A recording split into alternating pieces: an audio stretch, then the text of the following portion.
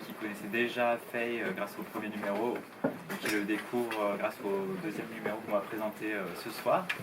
Voilà, donc ce soir, un monde va être animé par Morgane Crochet, qui est ici, et qui a participé au deuxième numéro en écrivant l'article autour de la cover story, dont on parlera un peu plus longuement tout à l'heure, et dont l'article est Gabriel Française qui est juste là. Voilà. Et à ma droite, un habitué des lieux, parce qu'il anime souvent des rencontres ici, pour parfois présenter ses propres livres, Baptiste Guibert, qui a écrit une nouvelle accompagnée de ses photos, une chose qui est un peu moins habituelle, et qui est publiée dans la revue voilà, aussi, dans le deuxième numéro. Donc je te passe le relais. Ok, alors pour commencer, donc la revue la voici, hein. Je ne sais pas si vous avez eu le temps de la voir. C'est le deuxième numéro seulement, donc je pense que ça vaut le coup d'expliquer un peu peut-être ce qui t'a donné envie de te lancer dans cette aventure éditoriale, et puis de parler également peut-être de tes références, tu vois, parce qu'elle est construite, mais ça on va le voir ensuite, mais il n'y a pas que de la photo, même si on peut s'attendre à ce que ce soit simplement une revue photographique. Et puis voilà, de donner aussi peut-être des indications sur son titre, ça s'appelle Faye. Voilà.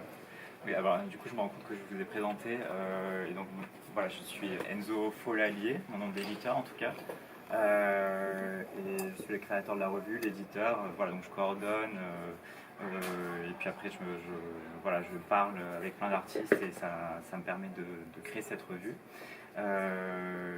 Et donc en effet elle a été créée l'année dernière, c'est le deuxième numéro seulement et elle va apparaître tous les ans au printemps. Et voilà, moi je suis éditeur de métier, passionné d'histoire de l'art, passionné de photographie. Et ça faisait des années que je voulais créer ma propre maison d'édition, donc voilà, je me suis lancé enfin. Et j'ai décidé de commencer par une revue, parce que les revues c'est comme des laboratoires créatifs, ça permet une émulation, et aussi ça venait d'une grande frustration de voir plein d'artistes sur internet notamment, ou à droite à gauche dans des expositions, et en fait de ne pas les retrouver sur papier, notamment des artistes parisiens mais pas seulement. Et du coup voilà, j'avais envie de créer ma petite revue parce qu'il y a toujours de la place pour la création. Et donc j'ai resserré au fur et à mesure un petit peu le sujet sur une revue photographique, artistique, pédale et queer. Voilà, parce que c'est ce qui me plaisait aussi en tant que consommateur. Voilà, moi je suis un fan de Butch, un fan de Kink, de Precious Liquid Media. Voilà, je suis un gros lecteur, donc j'adore ces revues-là, et c'est des supports pour moi qui permettent la création, l'émulation. Et donc j'ai choisi le mot Faye parce que c'est un peu un mot valise qui est transposable un peu à l'international, voilà, qui mélange gay, fée, fairy, fagot, folle, féminin. Voilà. Et du coup, je m'inscris en fait avec ce mot dans une tradition intellectuelle qui a déjà des dizaines d'années, en France notamment, autour de la revendication en fait de l'identité pédale et gay comme un genre à part entière. Voilà, et j'ai choisi le médium de la photographie essentiellement, en tout cas dans la revue, parce que la création permet de nuancer en fait nos vécus, et de la personnaliser et de passer des messages assez immédiats. Voilà, donc c'est un peu l'historique que je peux en faire rapidement. Est-ce que tu peux dire deux mots aussi sur les artistes qui ne sont pas présents, parce que donc, il y en a quand même pas mal, et également peut-être sur la commande que tu leur fais à chaque fois, puisque même si effectivement c'est majoritairement de la photo, il y a quand même du texte. Donc est-ce que le texte tu le demandes, est-ce que tu leur donnes un nombre de signes, tu vois comment ça se passe? Alors c'est une revue qui est un peu comme un patchwork de plusieurs créations, et c'est comme si je pensais la revue comme plusieurs espaces, et à chaque fois donc il y a une structure générale, il y a une cohérence générale, Mais c'est les rencontres que je fais, les dialogues que j'établis avec les artistes qui me nourrissent et qui permettent en fait de définir à chaque fois les contributions et les textes. Donc les textes viennent souvent, alors parfois en premier, comme par exemple avec Baptiste, et avec l'idée de présenter des photographies par la même occasion.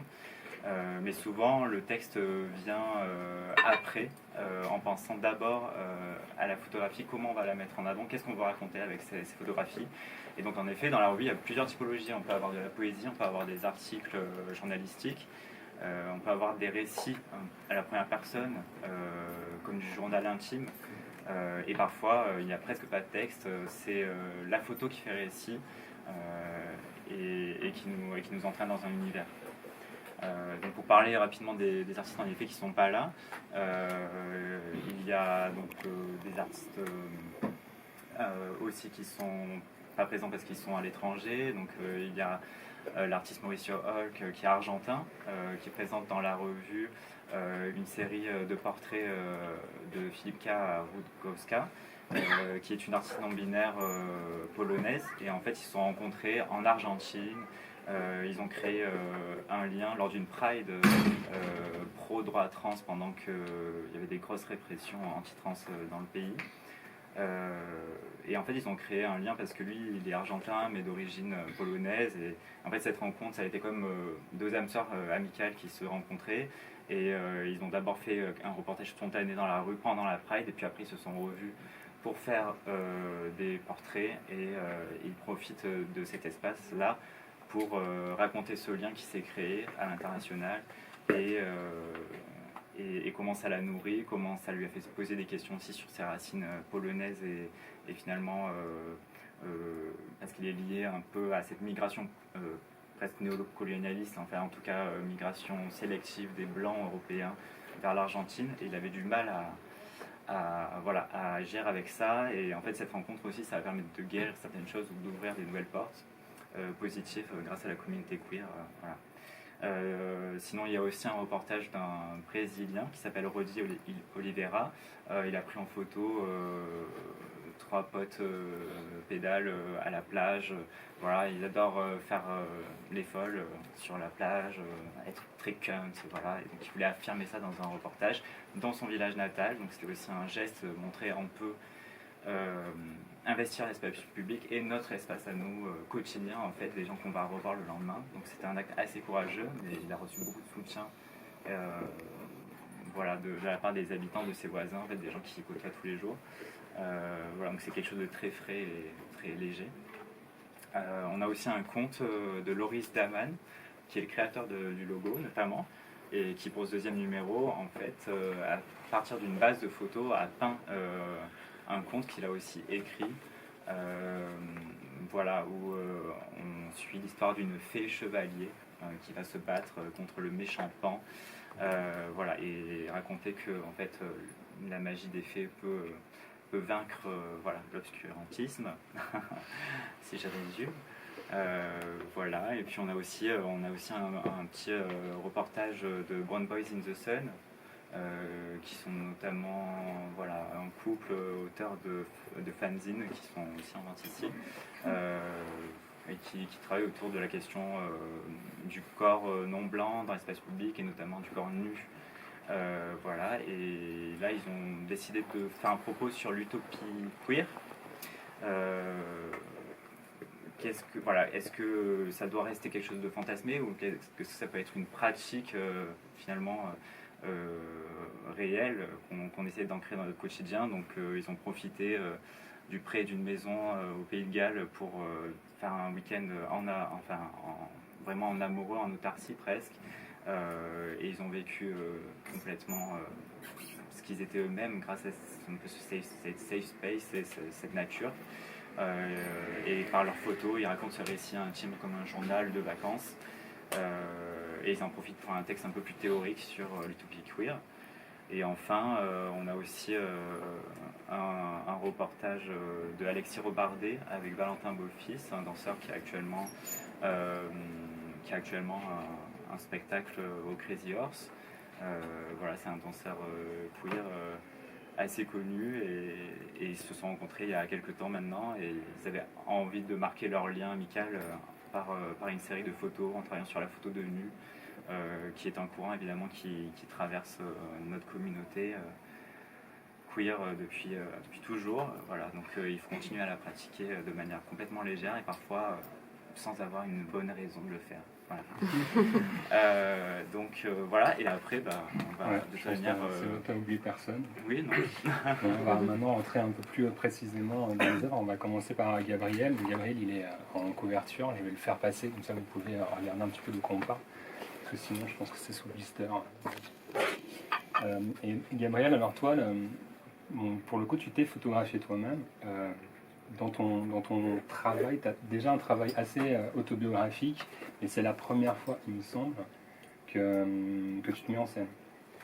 Alors, c'est pas la première fois, j'avais déjà fait des autoportraits il y a très longtemps, mais j'avais pas le même vécu qu'aujourd'hui. Mais là, c'était important pour moi de faire ce projet. C'était presque une thérapie par rapport à ce que j'avais traversé ces dernières années, notamment avec ma sexualité, les zones sombres et de lumière aussi. Mais c'est toi qui as proposé de te mettre en scène cette fois ou c'était une idée de... En fait, j'avais une autre idée à la base. Et Enzo, il m'a dit mais pourquoi tu ferais pas des autoportraits et en fait, j'y pensais depuis plusieurs années à refaire des autoportraits, mais je n'osais pas vraiment parce que je sais pas, j'avais pas l'impression d'être prêt. Et en fait, il m'a un peu donné confiance en moi à ce niveau-là, donc je me suis dit bah why not. Et voilà, donc si. Néanmoins, il y a dans le travail là, que tu proposes, il est quand même dans la droite ligne de ce que tu fais d'habitude. Enfin, on reconnaît tes références, notamment tes références sur l'histoire de l'art. Ces personnages mythologiques ou religieux, je pense à Saint-Sébastien ou à Lucifer, d'une certaine manière, ça permet d'aborder plein de thèmes, mais qui sont aussi des thèmes qu'on connaît tous, mais qui sont aussi des thèmes personnels pour toi. Donc, à la fois, tu te dévoiles beaucoup, mais tu te caches aussi derrière ces personnages, et ça te permet de parler notamment de thèmes, je pense qu'il faut qu'on revienne dessus, sur le consentement et sur le chemsex. Comment, sur deux sujets aussi importants, comment tu les as travaillés dans ta série? Alors, en fait, ça fait un moment que j'essaye de mettre en image ces sujets-là. Mais en faisant les autoportraits, c'était vraiment l'occasion de rentrer en plein dans le vif. Et en fait, donc moi j'ai grandi dans une famille très catholique, conservatrice. Et donc ces personnages de Lucifer, qui représentent un peu l'idée du mal, parce que du coup dans ma famille, le bien et le mal, c'était vraiment très palpable. Il fallait... Enfin moi je me disais que j'allais aller en enfer et tout. Donc du coup je pars un peu trop loin là, mais par rapport à ce que tu dis, par rapport au consentement, je voulais dans cette série justement à mettre en image ce qui se passe pendant ces zones d'errance où on peut se perdre quand on prend de la drogue et tout. Et en fait, la notion de consentement devient totalement floue parce qu'on fait des choses parfois, on ne sait plus pourquoi on les fait. Et du coup, il y avait un tableau de Bacon, de Francis Bacon, que j'aime beaucoup, où c'est donc un autoportrait de Francis Bacon et son amoureux. Ils sont en train de faire l'amour sur un lit, mais on ne sait pas ce qui se passe vraiment, on ne sait pas si c'est du plaisir ou si c'est de la souffrance. C'est assez dark comme tableau. Et du coup, je voulais un peu refaire mon interprétation de ça, notamment en travaillant avec le flou, parce que j'aime beaucoup. Mais il n'y a pas que du flou dans la série. Je voulais justement un peu montrer tous les styles que je peux faire. parce que voilà, j'essaie de retracer toute la chronologie d'une nuit en une série, de tout ce que je traverse, tous mes états d'âme, du début à la fin d'un long périple. Ça, c'est dans le travail en mosaïque là, dont tu parles En fait, le travail en mosaïque, c'est un des moments. D'accord. Mais, ah oui, quel moment de la rencontre. C'est ça. Mais en fait, bon, il faut imaginer que c'est plein de mondes différents. et disons que lui, c'est le plus réaliste. Ouais. Et les autres, c'est un peu plus imagé. Mais par exemple, donc par rapport au consentement, oui, dans la mosaïque, en fait, c'était important pour moi dans ce projet de parler de mes zones d'ombre aussi, où quand on fait du chemsex, il y a un truc de perdition un peu, et voilà, j'avais besoin de le mettre en image. Et il y a quelque chose de semble intéressant parce qu'il y a il y a un des thèmes quand même de ton travail là-dedans, c'est l'acceptation de soi aussi, et l'acceptation de sa pardon, et presque de revendication aussi de notre part démoniaque, et d'accepter d'être un démon et pas un petit ange comme il aurait fallu l'être. Oui, c'est ça. Et la part de récit dans ton travail, quand tu fais de la photo, par exemple, pour toi, est-ce qu'elle est importante? Parce que moi, je trouve que justement, tes photos, elles racontent des histoires. Est-ce que c'est comme ça que tu les crées? Si, exactement. En fait, à la base, moi, j'écris pas beaucoup. Je dessine d'abord, et après, donc, les images me viennent. Mais j'ai besoin que ça raconte une histoire. Je fais jamais...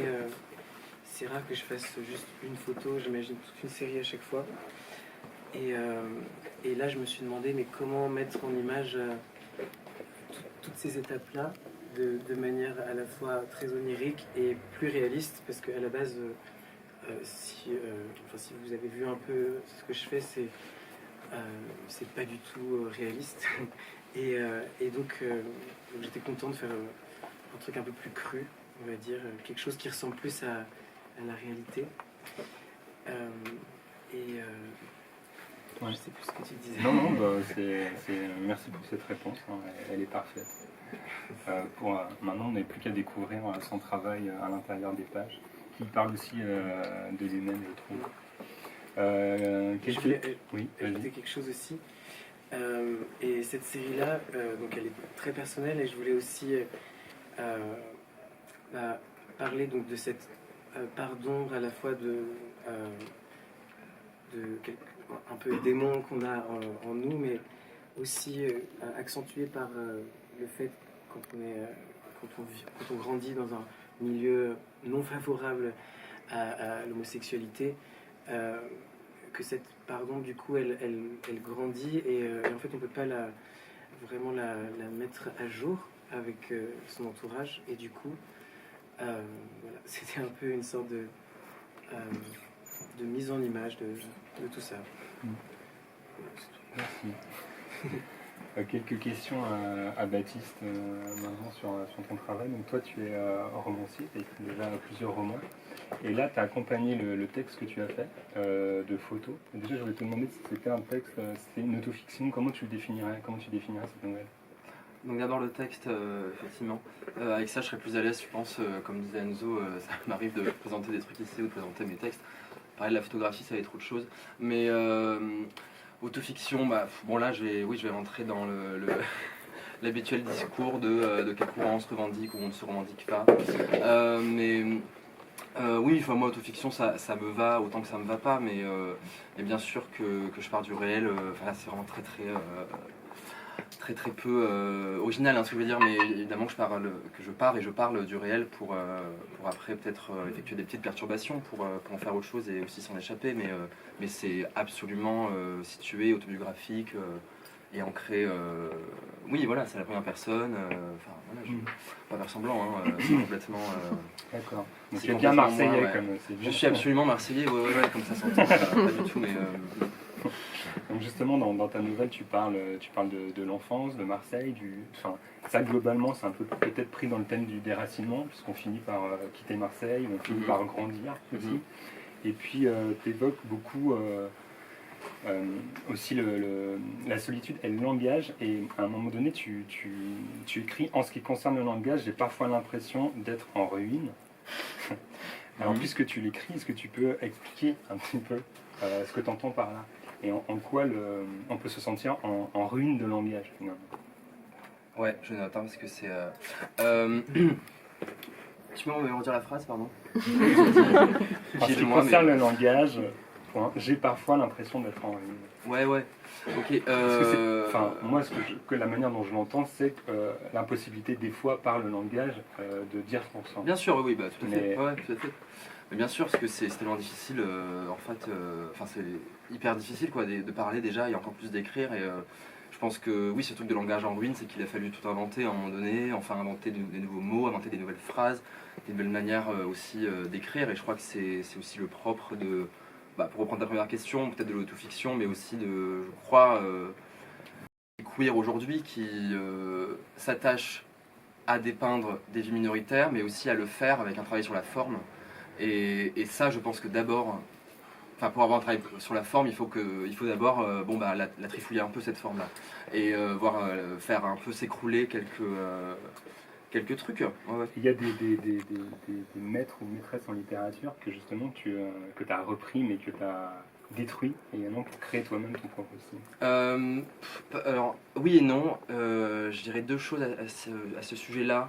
Il y a que j'ai toujours eu un rapport à la scolarité conflictuelle, voire absent. Donc j'ai pas souffert d'avoir trop lu Victor Hugo, Flaubert ou qui sais-je. Donc il n'y a pas eu ce truc de il faut que j'écrive comme eux, machin, donc ça je m'en foutais complètement. Donc voilà, la littérature contemporaine c'était quand même plus facile. Et c'est marrant parce que récemment j'ai dû répondre à des questions pour une rencontre et on me demandait de citer 3 auteurs qui m'avaient inspiré, un truc comme ça. Et dans mes réponses, j'ai remarqué que c'était 3 auteurs étrangers, plus ou moins. Enfin, il y a une québécoise, mais bon, c'est presque une langue étrangère en fait quand même pour nous, Français de France. Et je crois que c'est pas anodin. Je crois qu'aussi, peut-être que si mes modèles sont des écrivains qui écrivent une langue étrangère, je pense que c'est pas anodin parce que peut-être qu'aussi. Et puis une langue étrangère, celle de l'Amérique du Nord en fait, que ce soit une langue états-unienne ou québécoise, voilà. Tu as cité Kev Lambert? Ouais, c'était Kev Lambert, c'était Dennis Cooper et Sarah Kane. Donc Sarah Kane, elle est anglaise, mais bon, ouais, c'est quand même des gens qui... c'est marrant parce que Dennis Cooper, Sarah Kane et Kev Lambert sont des gens qui ont aussi repris des classiques pour les réécrire, d'une certaine manière, ou en tout cas qui ont détruit leur propre genre littéraire, enfin... Je pense que là aussi, il y a un truc de crise du langage ou langage en ruine, je pense complètement. Donc, Et dans ton texte, il est question d'amour, il est question de polyamour même, presque. Enfin, en tout cas, c'est pas dit comme ça, mais c'est comme ça qu'on peut peut-être le lire.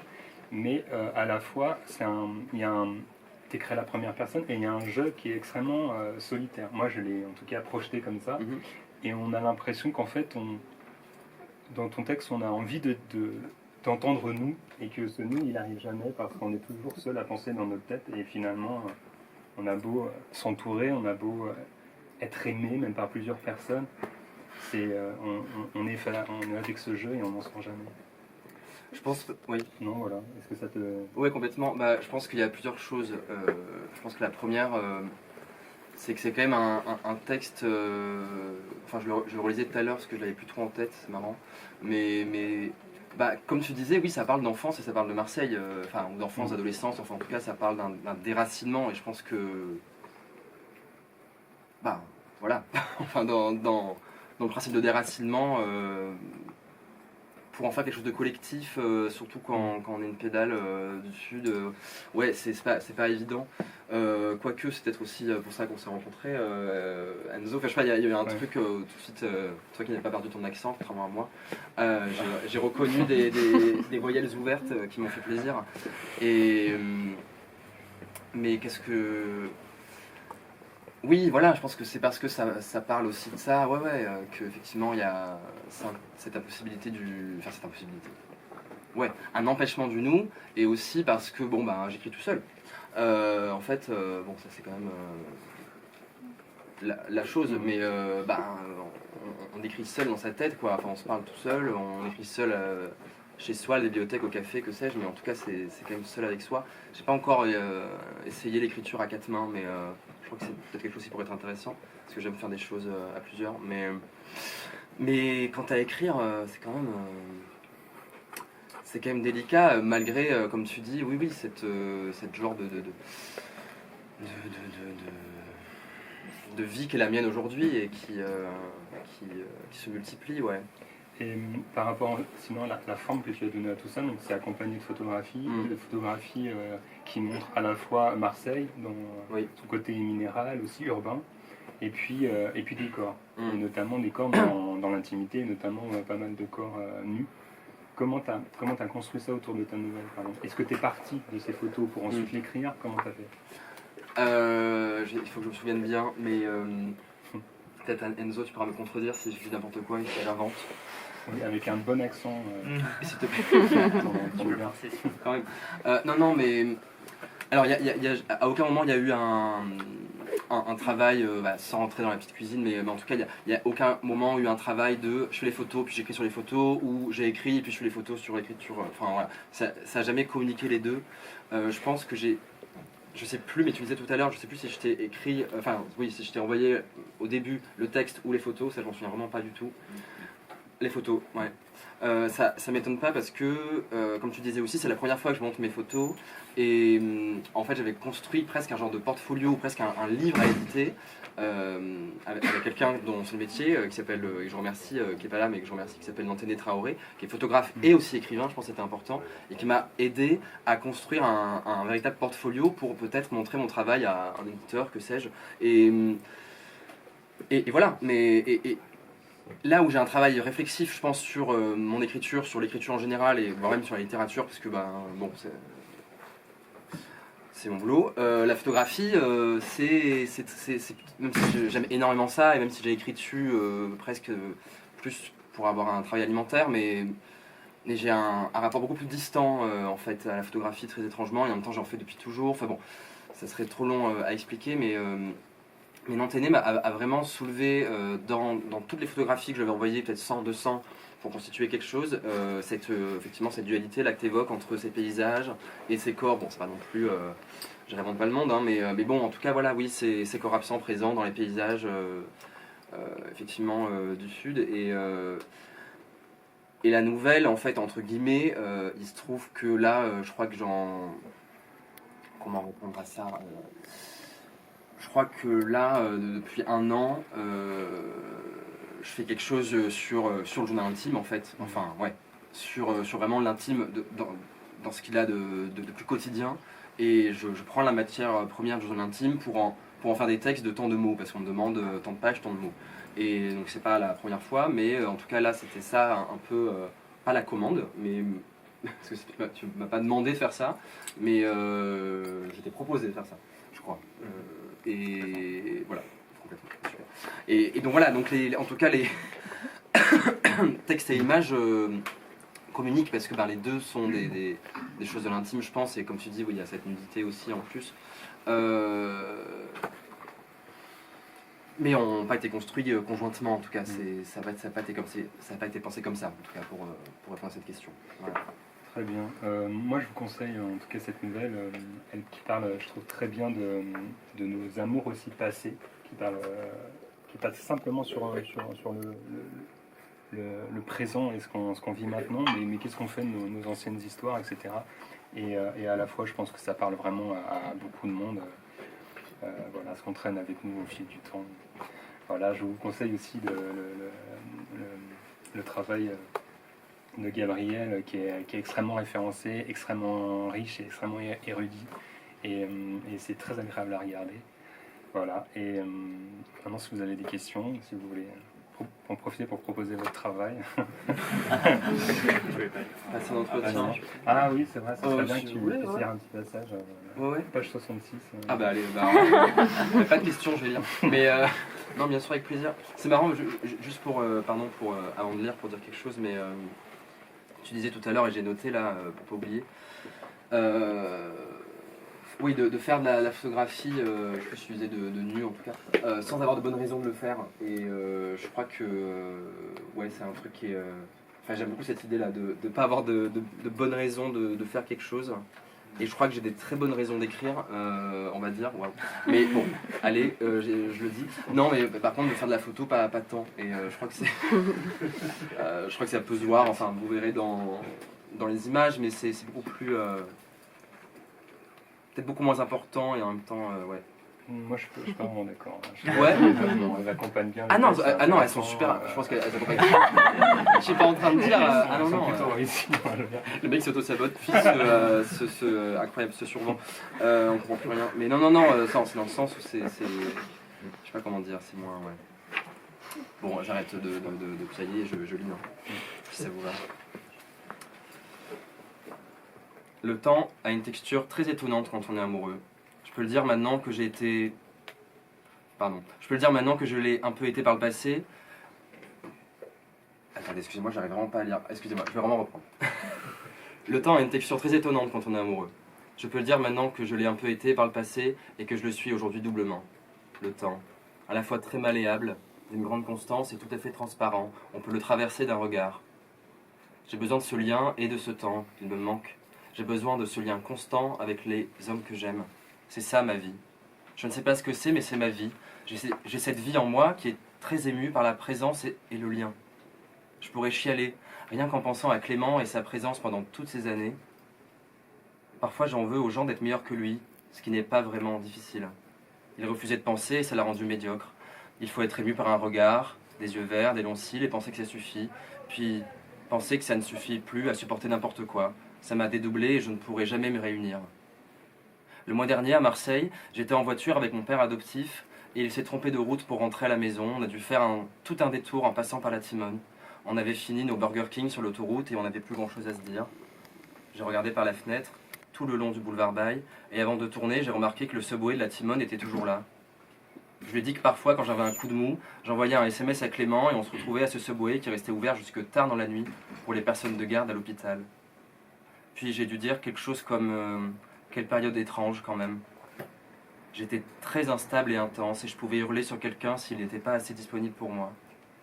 Je ne fais plus ça. Je crois seulement que je ressens le manque de manière beaucoup plus forte et angoissante que tout le monde. J'ai appris à me blinder. J'ai compris qu'on pouvait aimer simplement, que le manque et la mort étaient deux choses différentes. On m'a appris à être amoureux mieux que ça. On m'a appris que ça pouvait être juste ça, juste la vie.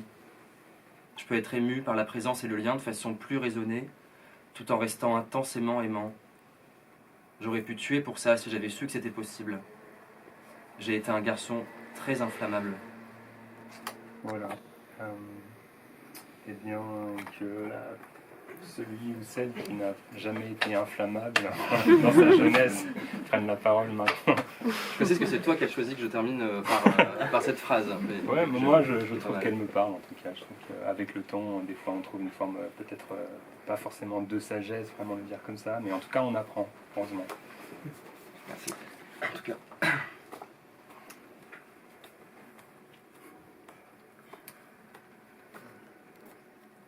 Merci pour votre écoute déjà. Et évidemment, si vous avez des questions, n'hésitez pas à faire maintenant. Sinon, après en aparté, on peut aussi dédicacer, Gabriel et Baptiste peuvent dédicacer pour ceux qui le souhaitent. Bien sûr. Je sais pas, un magazine ça dédicace, mais propre.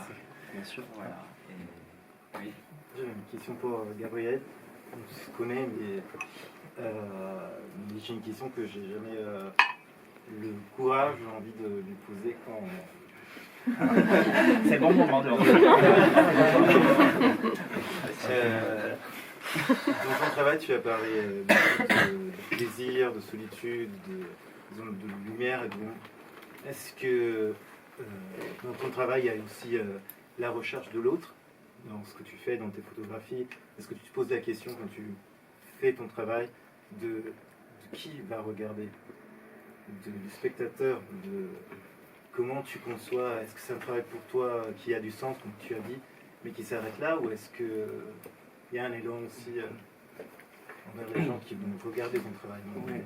Alors, au début, je le fais d'abord pour moi, pour vraiment sortir ce qu'il y a dans ma tête, parce que faut que ça sorte, quoi. Mais ça me plaît de pouvoir le faire aussi pour les autres, comme moi, j'ai pu avoir accès à des œuvres, soit dans les musées ou alors dans les livres. Ça peut aller du Louvre jusqu'à Tom of Finland.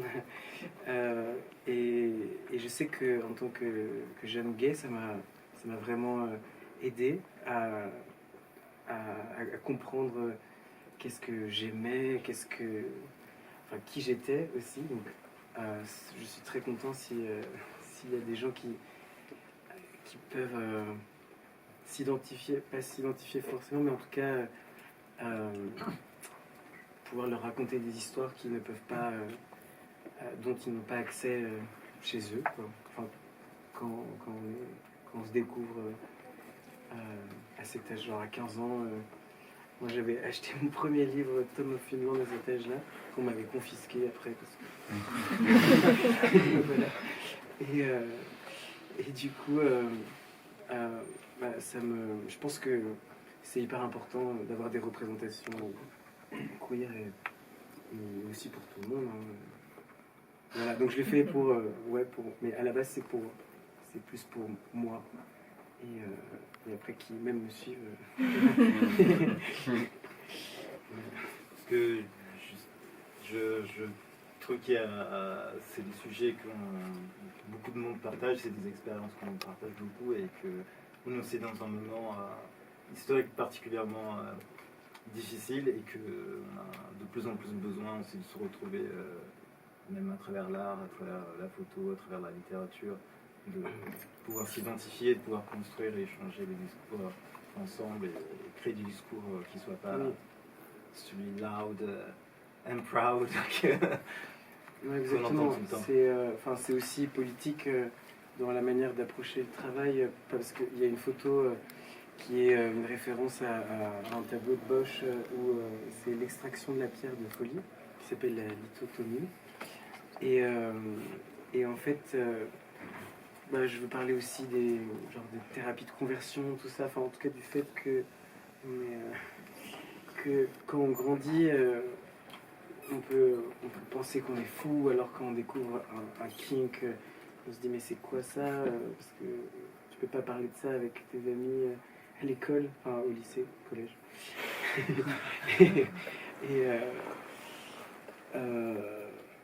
Et voilà, et puis avec ce qui se passe par exemple au Sénégal en ce moment, je trouvais que c'était important, c'est toujours un sujet actuel, quoi, et du coup ces images, je les fais pour la communauté, quoi. Voilà. Pour dire qu'on n'est pas seul, hein. Pour rejoindre ta question sur le jeu avec nous, je crois que c'est vraiment ça, non? Voilà.